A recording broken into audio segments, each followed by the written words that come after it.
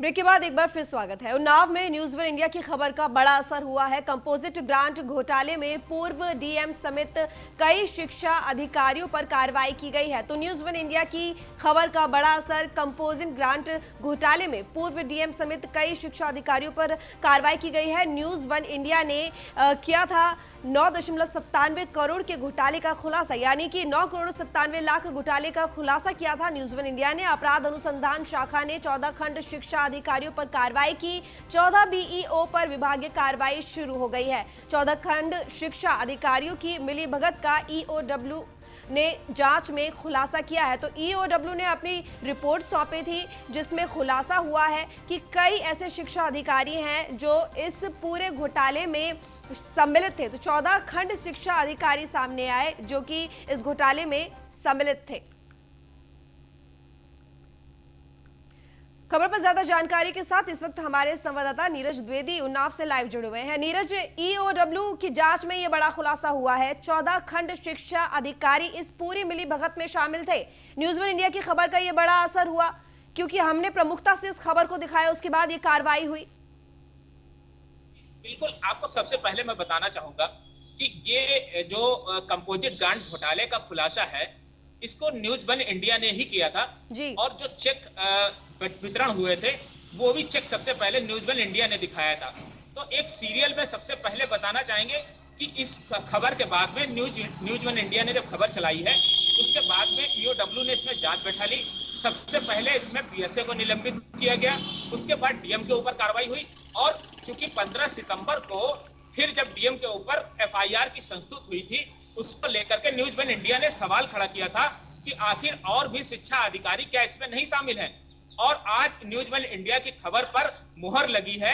14 BEO खंड शिक्षा अधिकारियों के ऊपर बीडब्ल्यू ने सबसे पहले जो है उन पर एफआईआर की संस्तुत की है। विभाग को लिखा है कि आला अधिकारियों को बोला है कि इन पे भी कार्रवाई की, यानी क्योंकि जो 9.97 करोड़ का घोटाला है उसमें कहीं ना कहीं ये खंड शिक्षा अधिकारी भी शामिल है, क्योंकि इन्होंने पूरे मामले को छुपाया और साथ ही जो डीएम और तत्कालीन बीएसए थे उनका साथ दिया और घटिया सामग्री स्कूलों में सप्लाई की। तो कहीं ना कहीं जो अपराध अनुसंधान शाखा है उसने कहा है कि जो 14 बीईओ हैं इन पे भी कार्रवाई होनी चाहिए, इनके ऊपर भी एफआईआर दर्ज होनी चाहिए।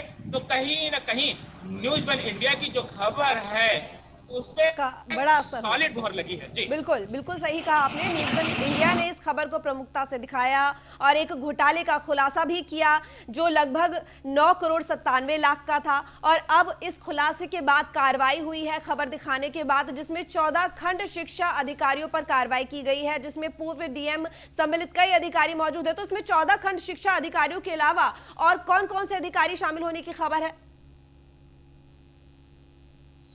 जी देखिए, जो अपराध अनुशाखा ने खबर के बाद में इसकी जांच शुरू की, चूंकि जो सपा एमएलसी सुनील साजन हैं उन्होंने न्यूज वन इंडिया की खबर को देखने के बाद में सदन को रहा है और इस पे कार्रवाई क्यों नहीं होती, उसको लेकर के सरकार जो है प्रेशर में आई और उसके बाद में ईओडब्ल्यू को पूरी जांच दे दी गई।